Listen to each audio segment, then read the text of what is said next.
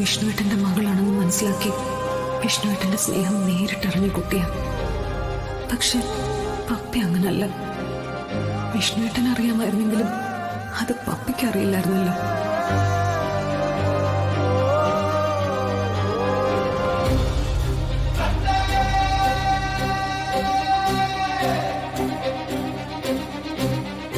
ഇവൾക്ക് അച്ഛനെ കാണാൻ അതുകൊണ്ട് തന്നെ ആഗ്രഹം ഉണ്ടാകാം, നിർബന്ധം പിടിക്കുകയും ചെയ്യും.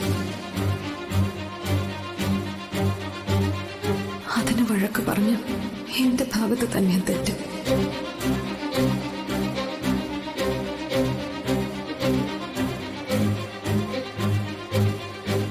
അമ്മയോട് ക്ഷമിക്കുമ്പോളെ എന്ത് നേരിടാനുള്ള സാഹചര്യശക്തിയൊക്കെ ഈ അമ്മയ്ക്ക് നഷ്ടമായിരിക്കുന്നു.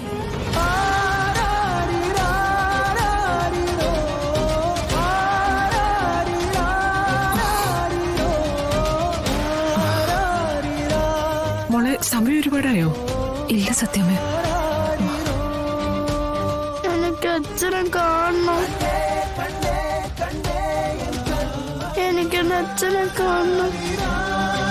അച്ഛ കേട്ടില്ലേ മോൾ ഉറക്കത്തിലും പറയുന്നത്? മോൾക്ക് അച്ഛനെ കാണണമെന്നാ പറയുന്നത്. ഇത്രയും നാളും പറഞ്ഞു പറ്റിച്ചതുപോലെയല്ല. കാണിച്ചു കൊടുക്കണമെന്ന് പറഞ്ഞാൽ കാണിച്ചു കൊടുത്തേ പറ്റൂ. എല്ലാം അറിയാവുന്ന സത്യാമ്മ തന്നെയാണോ ഈ പറയുന്നത്? അതെ, സത്യാമ്മ തന്നെയാ. വിഷ്ണു അവനെവിടെയാ ഒളിച്ചിരിക്കുന്നത്? ഈ കുട്ടികളെയും കുടുംബത്തെയും മറന്നുകൊണ്ട് എവിടെ പോയി ഒളിച്ചാൽ അവൻ എങ്ങനെ സമാധാനം കിട്ടുന്നത്? ഒരാളെ അല്ലല്ലോ അവൻ വഞ്ചിച്ചിരിക്കുന്നത്. ഒരു കുടുംബത്തെ മൊത്തം കണ്ണീരിലാഴ്ത്തിക്കൊണ്ടല്ലേ അവനെ ചുറ്റിക്കറങ്ങി നടക്കുന്നത്. എന്നെ ചതിച്ചതോ പോട്ടെ, അത് കുറച്ച് പണമാണെന്ന് വെക്കാം. മോളെ, നിന്നെ കുട്ടികളെ ആരെ ഏൽപ്പിച്ചിട്ടാ അവൻ ഈ നടപ്പ് നടക്കുന്നത്?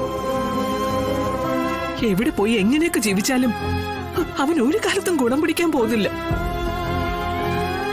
എന്നെയും നമ്മുടെ കുടുംബത്തെയും കണ്ണീരിലാഴ്ത്തിയിട്ട് ഏത് പാപനാശിനിയിൽ അവൻ മുങ്ങിക്കുളിക്കാൻ പോകുന്നത്?